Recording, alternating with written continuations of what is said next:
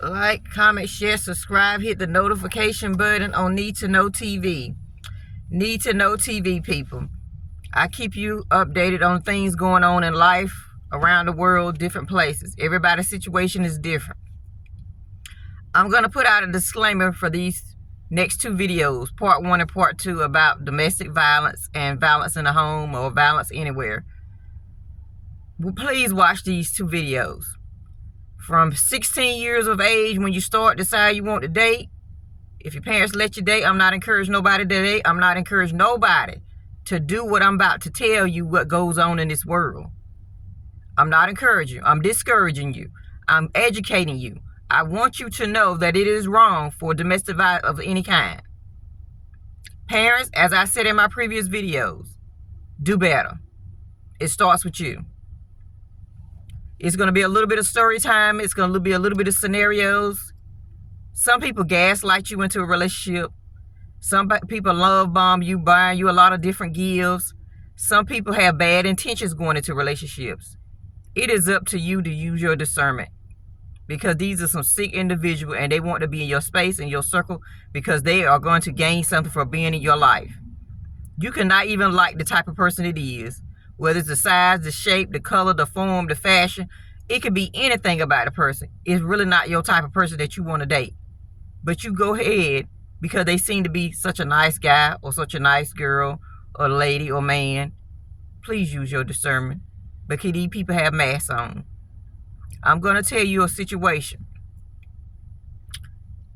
It was a man and a woman, had 3 children. They had a daughter. They had 2 sons. It was small children at first. They witnessed their mother being beat all the time by their father, assaulted, whatever word you want to use, domestic violence issues all the time. One scenario, the mother went to answer the front door, and she was talking to his sister, her husband's sister. He said, "What were y'all talking about?" She said, "Oh, nothing, just girl stuff, women stuff." He said, "Well, you're going to answer me. I pay the bills in this house. You're going to answer me." He slapped her in the face. Then he punched her in the face. He kept right on hitting her. He punched her in the stomach. What do you think happened in the ordeal if the lady was pregnant? What do you think happened? So this lady had to go to the hospital with an unalive child and explain what happened to her with her jaw broke. These kids witnessed all this stuff throughout their childhood. She had to go to the hospital. He was begging and pleading. What you going to tell them? What you going to tell them when they ask you what happened to you in the middle of her jaw being broke and her bleeding out for something he did to her? They was trying to plan a birthday party, but the man was so controlling and so manipulative. He wanted to know everything. You got to be careful when you with these people, whether it's a man or woman. She couldn't plan the party, which that's what she was trying to do for her husband. Even though he was a domestic person, she still had love for that person. He broke her jaw. He unalived her child, her 3-month baby child in her stomach. And she had bruises all over when she went to the hospital. They had documentation that she had bruises. She had a police officer come in there and talk to her. She lied and said she was fighting in the street at the club to save her husband. We got to stop being crazy, silly, whatever word or terminology you want to use for covering for folks. Expose them.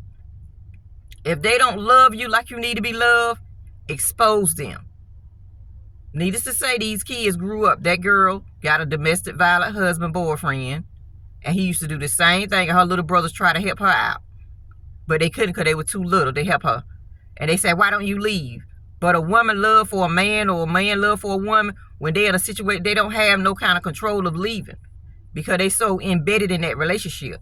Let's be understanding and help these people get out if you can. Because it could be your sister, your brother, your auntie, your anybody can be in a domestic violence situation.